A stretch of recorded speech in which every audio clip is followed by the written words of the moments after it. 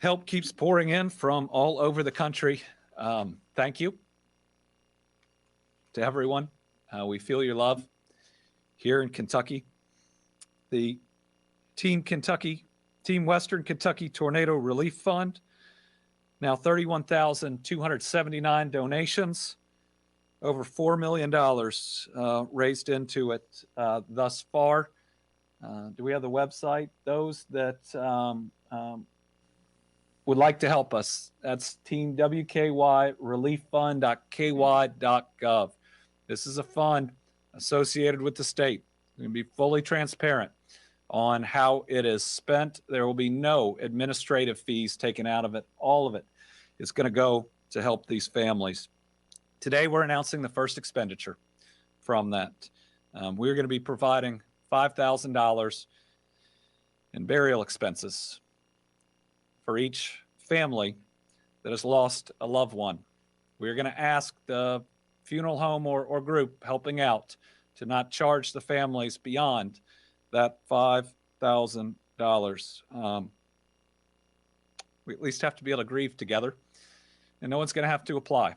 We're going to work with our vital statistics group for everyone who's been identified, and we're going to work to reach out and contact those families directly.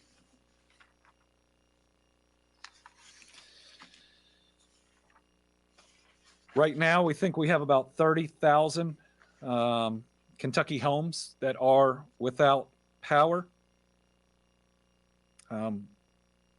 Significant debris removal going on right now. But there's just a mountain of waste. It is going to take a significant amount of time. We've got significant livestock dead in all of the areas. There's ongoing cleanup with that too. Department for Community-Based Services in Mayfield suffered damage, cannot serve the public at this time. A mobile unit is in process to get down there so it can provide those continuing needed services. Those that have needs for the Department for Community-Based Services can call 1-855-306-8959 or applying for help online through the Connect site. Walgreens in Mayfield is the only pharmacy that has been open. Starting today, Walmart plans to open for prescription fulfillment. This is in Mayfield. If you need a refill, it helps if you can bring your medication bottles. But the pharmacy recognized that you probably don't have them. So if you have a list of your medications, that would be helpful too. Mayfield Nursing and Rehab has been closed due to storm damage and will need to rebuild. All residents have been relocated. Kentucky State Police is asking, especially in the Graves County area, for any family members of missing loved ones, you should report to the office building of His House Ministries to provide a reference standard to law enforcement for identification purposes. It's located at 1250 KY 303 in Mayfield. Anybody who needs assistance in getting there, call 859-267-7775. Kentucky State Police is also using rapid DNA technology to assist in the identification of victims. So they're requesting any family members of missing loved ones to come to that same building to submit DNA so that they can match. Kentucky State Police is also working to verify the information on the candle factory. I know, like the folks in Western Kentucky, I'm not doing so well today, and I'm not sure how many of us are. I was working on getting the confirmed deaths this morning and realized I was writing on the back of notes that one of my kids took from school. And here's what it is. It's notes on inertia. It means that an object that's in motion will stay in motion. So we're going to keep putting one foot in front of the other and push through this. Everybody out there, get the help you need. Take care of yourself, and we'll continue to provide updates to the people of Western Kentucky. We're not going anywhere. We're going to be with you today. We're going to be with you tomorrow, and we're going to be there with you to rebuild. This is one state, people that love one another.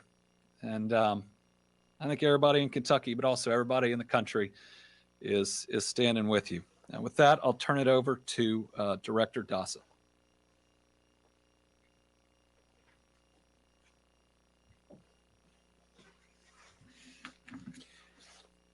Thank you, Governor, and good morning. So I'm going to give you an overall update of operations. The state EOC is in operation at level 3. We have an extraordinary complement of state and federal personnel, probably numbering 80 to 100 right now. These folks will be on duty each day and every day, including the weekends, to answer the requests from our counties and to render assistance. So we have representatives from the Kentucky Transportation Cabinet, the National Guard, forestry, law enforcement, energy sector, sheltering, volunteer organization, parks, Red Cross. We've established an aircraft command and control section for overflights to survey the damage. So now I'll go into some of the power numbers. And the Governor, there's been some good news within the last 10 minutes. The numbers dropped again. We are literally at 28,531 outages as of this moment. This is a remarkable outcome when you look at the damage that has been impacted across our Commonwealth. So approximately 95% of potentially impacted power lines have been assessed. That's a big thing. In most of these events, the power companies can't get to the lines even to perform the assessments. So 95% have been completed. Now, there's some bad news with the good news. There are still 29 transmission lines. These are the lines that feed from the power plants. If you recall, in the ice storm, you saw collapse of these massive towers that run across our state. We have had that, and the restoration will be weeks to months for these. So we'll have a small number that feed off these transmission lines that are still out. We have at least 97 power structures damaged. Several local power companies have extensive damage to their own distribution systems, and they're underway, certainly. Mutual aid crews from across other states are arriving daily. We have, and this is just an estimate of 3 companies, and we have a number of them, and I'll go through them. We have 8,000 power poles. These are the ones in your neighborhood that are down. They have to be dug, replaced, wire strung, so it's a massive effort. 8 of the most impacted local power companies: West Kentucky Rural Electric Cooperative, Lexington Electric, Nashville Electric, Memphis Light Gas and Water, Warren Rural Electric, Murray Electric, Bowling Green Municipality, and Mayfield Electric. So we have water systems also impacted. 3 systems currently not operational with 10,400 customers. 11 systems currently with limited operational capabilities for about 17,000 customers. These are boil water advisories. We're certainly familiar with those in other impacts. The division continues to coordinate with all municipal utilities. We are delivering generators as we speak. Our regional administrator will speak to some of the generation opportunities and things they're bringing over target here in a second. In Graves, in Mayfield, they're experiencing overload in some circuits, and that is to be expected because of the level of power that they're trying to restore. Generators arrived at Mills Nursing and Rehabilitation this morning, and they've restored heat. We're coordinating with FEMA, the U.S. Corps of Engineers, and Department of Public Health to provide water. Certainly water's in high demand in Mayfield and in other communities. We are bulk drop shipping water, bottled water to command centers across the state in the impact area. We have requested and received, and again, folks, I can't stress the amount of federal support that came so quickly. I can tell you from just being a a veteran of now 17 disasters. It takes time to get wheels rolling. We had USAR teams, these are federal urban search and rescue teams, on the ground before I had finished submitting the request. Gracious Check just overnight approved 3 additional USAR teams to do wide area searches. We're doing the known impact, and now we have to search all of the debris areas. The forward elements of those teams arrived last night when they were requested yesterday. So, folks, pulling out all the stops.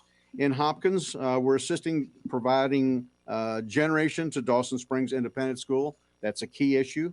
That was assessed last night, and we'll have something on the way. In Dawson Springs, obviously, electric is still down and water is being reestablished. Verizon also set some mobile cellular units in place last night. So with that, restoration is ongoing. This, again, is not going to be a week or a month operation, folks. This will go on for years to come. This is a massive event, the largest and most devastating in Kentucky's history. And I'll close with saying the key here is our thoughts and prayers and our hearts go out to all of the victims, to all of the families, and to the families of those who are still missing. This is a horrific event, and prayers will help.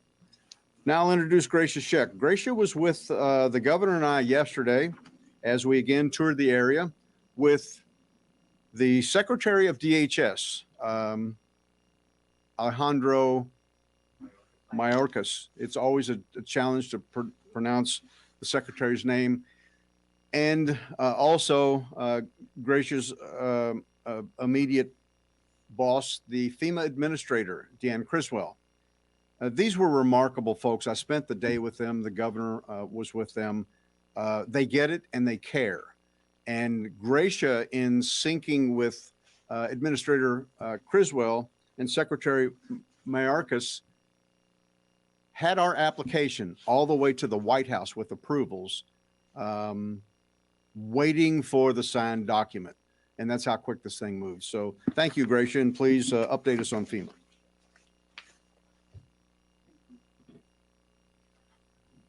Governor, Director Dawson, thank you. Yesterday meant so much to the secretary, to the administrator, to really see, and as they said, the pictures didn't do anything what we saw on the ground, and such an impact. And as Director Dawson said, our hearts and prayers and thoughts go to the families, for the families who lost loved ones, for the families who suffered such incredible damages from what we saw. And last night, as you heard, the president did declare a major declaration, and this included 8 counties, and I'll read those counties off.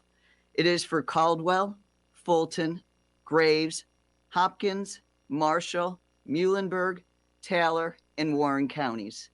And that's just the beginning. We will work with the state on identifying other counties to get them added on. What this means is that there is assistance for individuals, for homeowners, for renters. They need to apply for FEMA assistance. The administrator did say yesterday, the first line of defense is insurance. Make sure if you have insurance, that is you've already called them. But we also encourage everyone to apply for FEMA assistance. And that comes in various ways. And I know we've given the slide to the governor's office, so we'll make sure that gets out there into the media. You can go to the app, you can apply online at disaster assistance. I'll probably make it easier, I'm sorry. Disasterassistance.gov. One word, disasterassistance.gov. Or you can call the FEMA hotline at 1-800-621-FEMA, and that's 1-800-621-3362. We will have people out, their disaster survivor assistance teams. They're going to be out in those counties that have been declared. And we may even have people as soon as today. I will get an update of that, but you'll see them. They'll be in FEMA shirts. They'll have a FEMA ID, and they'll be carrying an iPad. They're going to go door to door. They're going to go where they see people working on their homes and try to get them registered and making sure that they're already into that system. And a person will receive a 9-digit number, and they need to make sure they keep that number because they can keep going back online and checking their registration and the status of that. So, don't hesitate when you see a FEMA person with FEMA ID come up to you and talk with them, because you may also be able to tell them where we may find other survivors to bring that assistance to them and get them registered. That is the key message today of that, is to register, register, register in any one of those 3 ways. And there's going to be various forms of assistance available to those that are eligible. And that's in forms of a low interest loan with the Small Business Administration, to grants, which could include temporary housing, rental assistance, repairs, other needs assistance, such as medical. We heard people lost their prescriptions, dental, and funeral assistance. So again, I encourage everybody to register. And when you register, one thing is important is to make sure you give a number of where you can be reached. You may be staying with family and friends. You may have lost your cell phone. Make sure you give a number of where you can be reached, because a housing inspector will be reaching out to you. So that's the disaster assistance piece. Now, what came along with the major declaration for those 8 counties is also Category A. Counties were already declared for Category B, which was emergency protective measures, overtime, things that you did in times of the storms, for the police, the first responders, the vehicles they used. But also it was available for debris clearance, pushing debris off to the roadside. Now they have received Category A, which is debris clearance or debris removal. That is the actual removal of debris, that they may be eligible to be reimbursed up to 75% by the federal government. So I know we spoke about it yesterday. I encourage those public officials to document.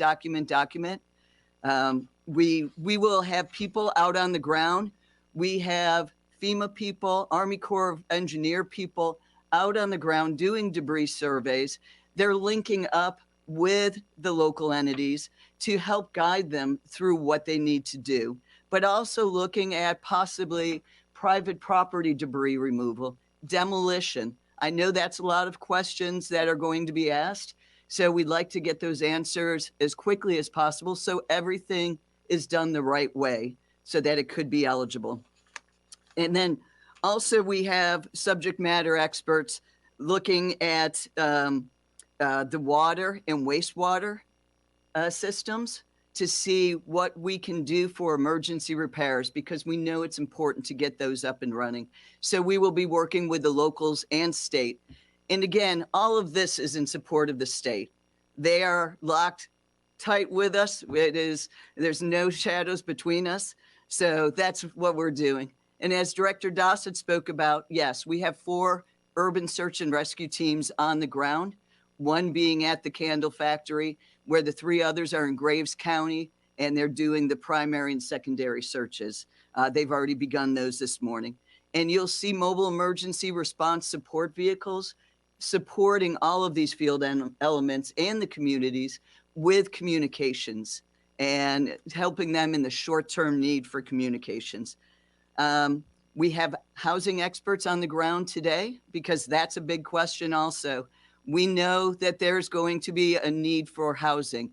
It's how we get there together, because we know Kentucky's resilient and we need to work together to get to housing. And we're going to strategize with the state on this. And this is for both short and long-term housing. And then in regards to commodities, we have water, meals, cots, and blankets for 15,000 people per day, and we continue to move trucks in every day. And then, as was discussed, we have additional water that's already been delivered. And Director Dossett, we together have been able to do assessments for generators and provide generators to critical public places. So again, it's a great partnership that, we are here to support the state in any of their needs, and we will continue to be here. So thank you again, Governor.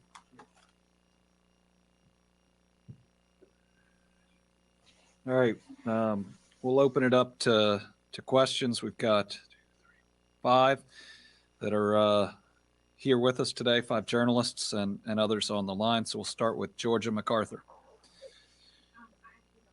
Okay, we'll go to Carolina. Governor, your voice is shaking this morning. You nearly broke down. You were announcing some of the ages. How are you feeling? How are the people of Western Kentucky feeling, the ones that you've seen? Just how is everyone doing? I mean, people of Western Kentucky have gone through an unspeakable trauma. I mean, it's traumatic. You can be in there helping. You go from grief to shock to being resolute, span of 10 minutes, and then you go back. It's hard to understand how something like this, or why something like this happens. It is just awful. And the people who lost everything but are still here with us, it's hard to think of them as lucky, but this is really hard. But we're going to make it. We put one foot in front of the other, make sure we have the inertia, and we'll rebuild. There's going to be grief. There's going to be cleanup. But then we're going to make sure that everybody gets back on their feet.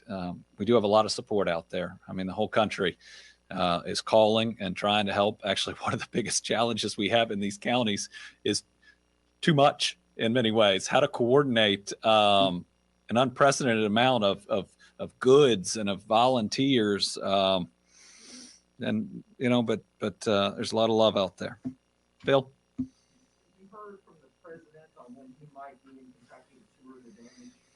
We have heard that the president is coming to Kentucky, and we are working to coordinate a visit. We don't have any details yet about it, but President Biden called me 3 times on Saturday, and has moved faster than we've ever seen on getting us the aid we need. We will welcome him here. We will thank him for his help, and sadly, we'll show him the worst tornado damage imaginable, certainly the worst in our history. Tom. Thank you, Governor. I'll throw 3 quick ones at you. Are we going to have more Kentucky Guard members activated? Will the housing that FEMA helps with, will that include the trailers that we remember, like from Katrina and what have you?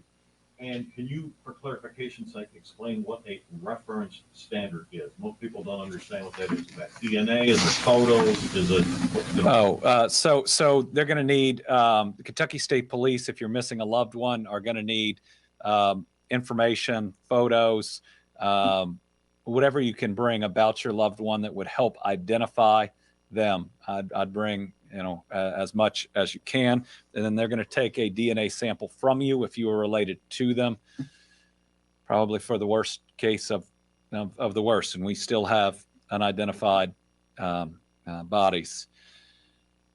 We will call out as many National Guard as are needed.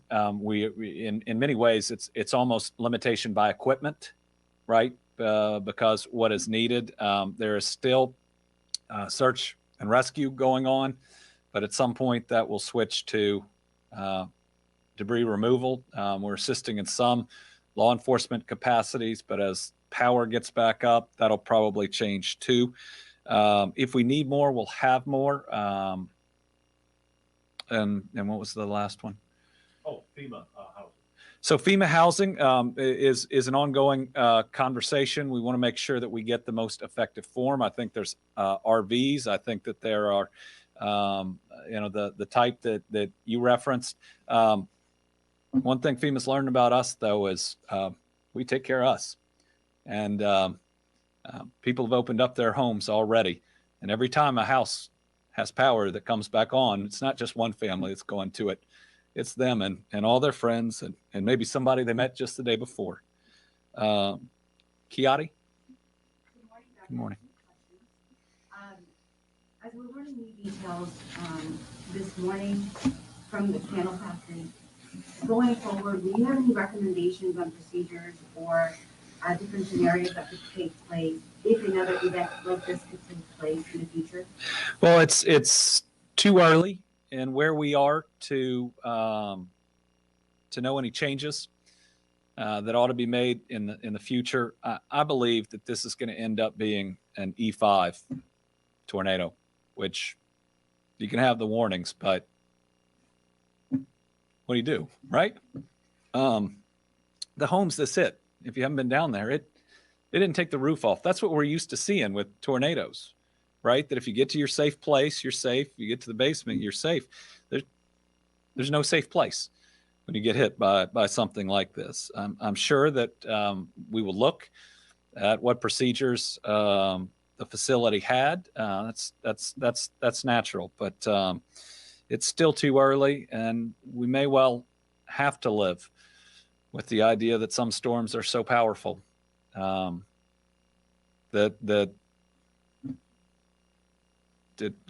what we can do to protect ourselves is limited. I really hope the information is correct and is verified, because if 94 folks are safe and accounted for, that's the miracle we've been hoping for a couple of days. Very first place I went was that factory, and the 94 must have been folks that had left before, because it's hard to imagine surviving once it hit. Do you have one more? I do. Okay. Today, December 13th, 1 year ago, we watched vaccines arrive to Kentucky. Yeah. We're still in a pandemic while this crisis in Western Kentucky across the state is impacting us. 1 year later, just your thoughts right now with what's going on with Kentucky. It's hard. We've had a pandemic the last 2 years. We've had a historic ice storm. We had flooding that had some of our eastern Kentucky towns underwater, and now we have this. We'll push through all of it because we don't have a choice, and we're strong enough to do it. John Boyle, WFPL. Hi, Governor. I wanted to speak specifically about the candle factory. Obviously, that's a big development if it does turn out to be true. And I know you guys are working on confirming it, but I wanted to get a sense from you, how confident the state is in that information at this point in the process, and then a little bit of, I guess, specific details on the ways you guys are working through it to verify that this information is correct. So we're verifying the information. So I don't have a level of confidence yet. This is information provided directly by the company. Kentucky State Police is working through the list of individuals they found. We just want to make sure they are okay, and then we need to proof whatever documentation it would take to establish the number of people who were there that we have to account for. We believe it's 110. We just want to make sure. So I can't give you a level of confidence, but this is the information the company's providing, and so I want to provide it to the public, and very much hope that it's true. I think the company has also pledged to cover funeral expenses of their families. Jack Bramer from the Herald Leader. Governor, of the 64 people confirmed dead, do you know how many have been identified? And of the 105 Kentuckians unaccounted for, do you have a county by county breakdown of those folks? I don't have a county by county breakdown with me now. We will work on getting that. And remember, that's fluid because people have to report somebody as missing. So 18 of the 64, to my knowledge, are unidentified. So I'm not going to try to do math up here, but if you do the subtraction there, you'll get the identification. WDRB.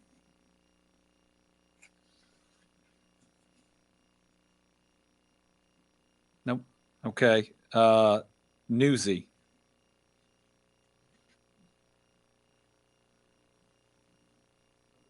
Nope. Okay. Corinne Boyer.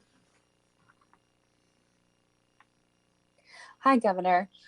Your office put out a warning Friday afternoon about the weather that was to hit on Friday evening. Do we know what kind of warning people at the Kindle factory received? Well, the information was absolutely out in the public about a strong set of storms that could produce tornadoes. We knew we were going to have a significant weather event. But you can stand in the middle of Mayfield, and I don't think anyone could have predicted something as devastating as this is. I do believe there were warnings. I believe for days people were advised. I don't fault warning systems. I don't fault training. I don't know about the procedures in the candle factory, and don't have any reason to fault that either. I mean, how do you tell people that there's going to be one of the most powerful tornadoes in history and it's going to come directly through your building? It's another reason it just makes it really hard. It's the why is an answer that we'll get one day, but not one I think that we'll get on this earth. Debbie Yetter, the Courier-Journal.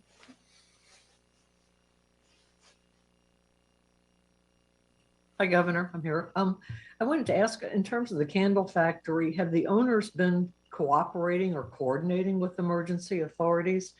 And ultimately, whose responsibility is it for establishing the deaths? I presume they aren't the official person to do that. And finally, is the search and rescue still going on at the candle factory? And what are you all finding?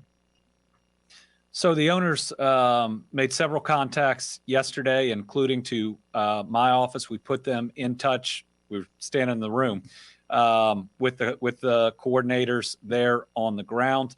The company does know, or should know, right, who was there, who works for them, and so they're an integral part of being able to contact folks. And remember, you couldn't contact folks for a significant period of time.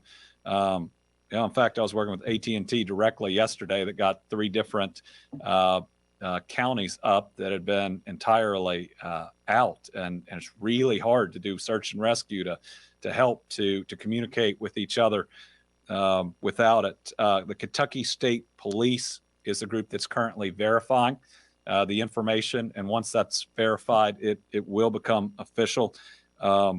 Again, really hope it's real.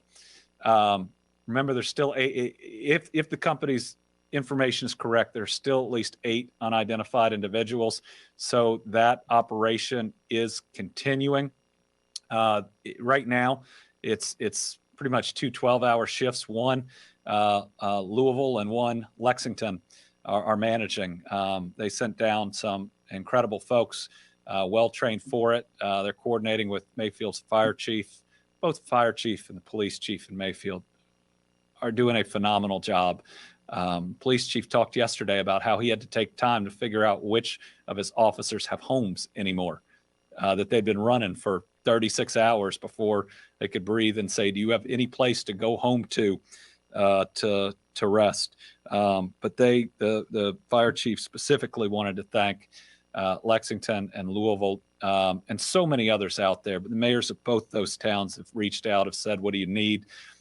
Put them in direct contact with others. But everybody out there, I mean, when I was in Dawson, most of the volunteers were from Madisonville, which had been spared and had come to help. Jen Bellissimo, from Fox 17.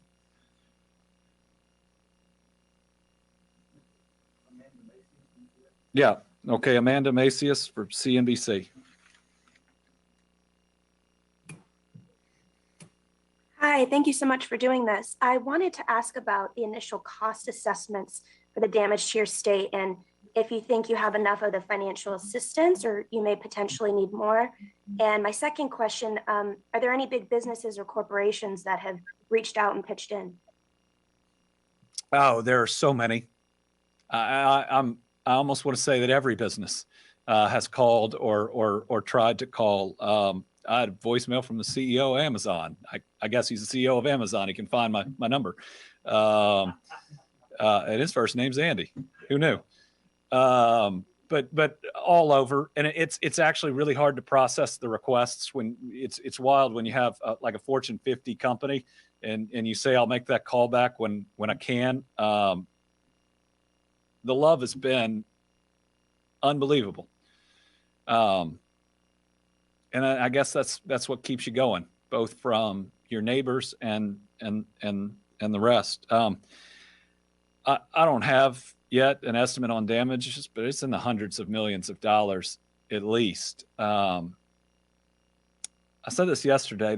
There is not a lens big enough to capture the devastation, and everybody who's come in from FEMA and Homeland have said the same. You stand in the middle of Mayfield or Dawson, where 2/3 of the town are gone, or in that town in Muhlenberg County, and it's almost crushing.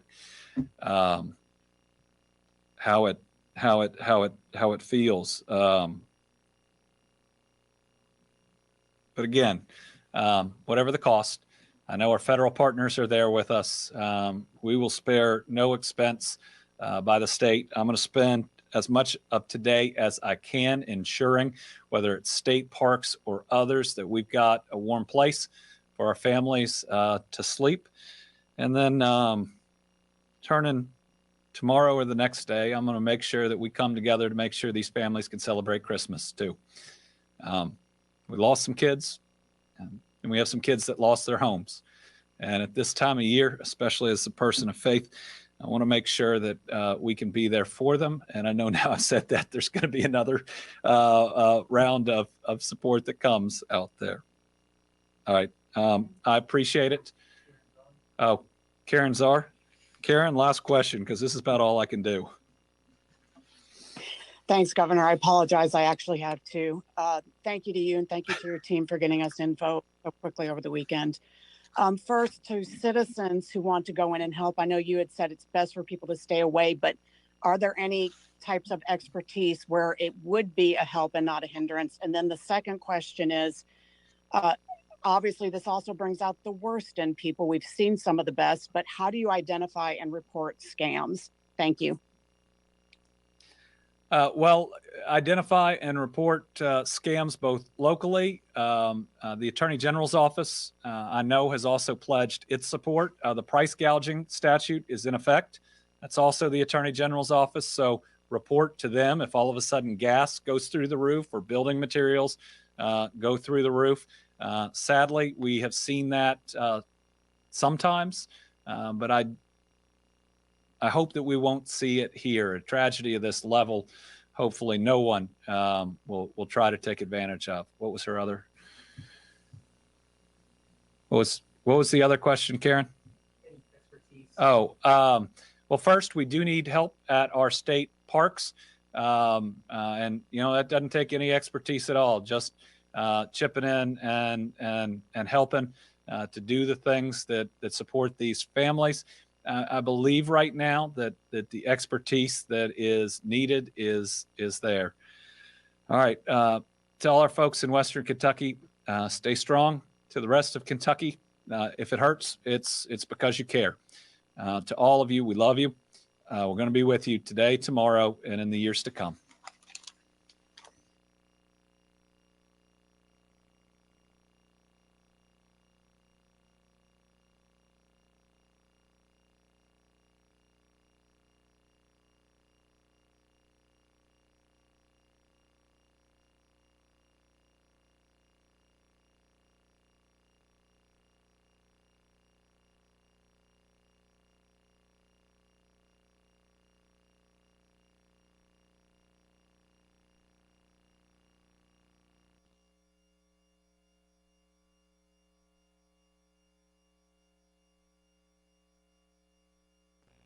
education programs for maternal health providers, and so much more.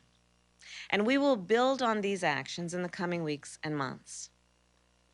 Now, I know we can all agree, we should all agree, that action is long overdue. We have all heard the